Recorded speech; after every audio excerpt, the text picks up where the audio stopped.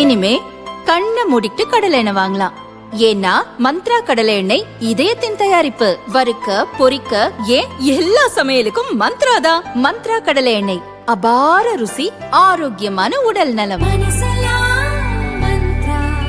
பீகார் மாநிலம் அரோரியா மாவட்டத்தில் SSB எனப்படும் சகத்ர சீமா பல் படைப்பிரிவுக்கான பல்வேறு பாதுகாப்பு அம்சங்கள் உள்கட்டமைப்பு வசதிகளுக்கான அடிக்கல் நாட்டு விழா இன்று நடந்தது.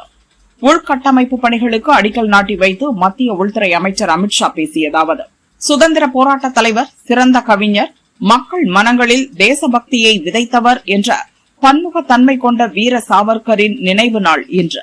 மக்கள் மனங்களில் சுதந்திர தீயை மூட்டிய மாபெரும் தலைவரை அவரது நினைவு நாளில் கைகூப்பி வணங்குகிறேன். இந்தியா நேபாளம் எல்லையை காக்கும் SSB படைப்பிரிவினருக்காக பல்வேறு நலத்திட்டங்கள் இன்று துவங்கப்பட்டுள்ளன. சிலவற்றிற்கு அடிக்கல் நாட்டப்பட்டுள்ளது. நேபாளம் பூட்டான் எல்லையை ஒட்டிய பகுதியில் பாதுகாப்பு ரோந்து பணி செய்யும் SSB வீரர்களின் பொறுப்பு மிக அதிகம். சட்டவிரோத ஊடுருவல்காரர்களை அனுமதிக்காமல் நாட்டின் பாதுகாப்பை உறுதி செய்வதில் அவர்கள் மிகச் சிறப்பாக செயல்படுகின்றனர். SSB வீரர்கள் மற்றும் எல்லையோர கிராம மக்கள் இடையே ஒருங்கிணைப்பு அவசியம்.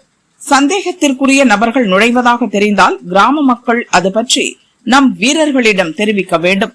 போதைப்பொருள் கடத்தலை தடுக்க SSB படைப்பிரிவின் அதிகாரிகள் முதல் கான்ஸ்டபிள் வரை அனைவருக்கும் சிறப்பு பயிற்சி அளிக்கப்படும்.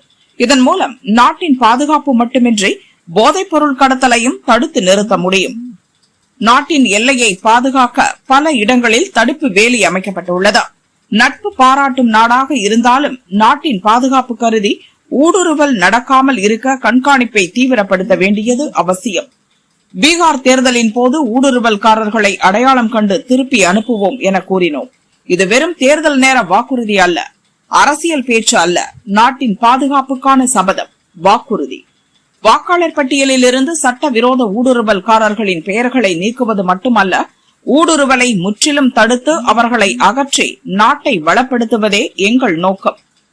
ஊடுருவல்காரர்கள் நம் தேர்தல் நடைமுறையில் மட்டும் குளறுபடி செய்வது மட்டுமல்லாமல் ஏழை எளியவர்களுக்கான அரசின் சலுகைகளையும் தட்டி பறிக்கின்றனர்.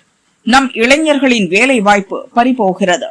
எனவே ஊடுருவல்காரர்களை கண்டறிந்து கடைசி நபர் வரை அவர்களை வெளியேற்றும் நடவடிக்கையை மத்திய அரசு தீவிரப்படுத்தியுள்ளது.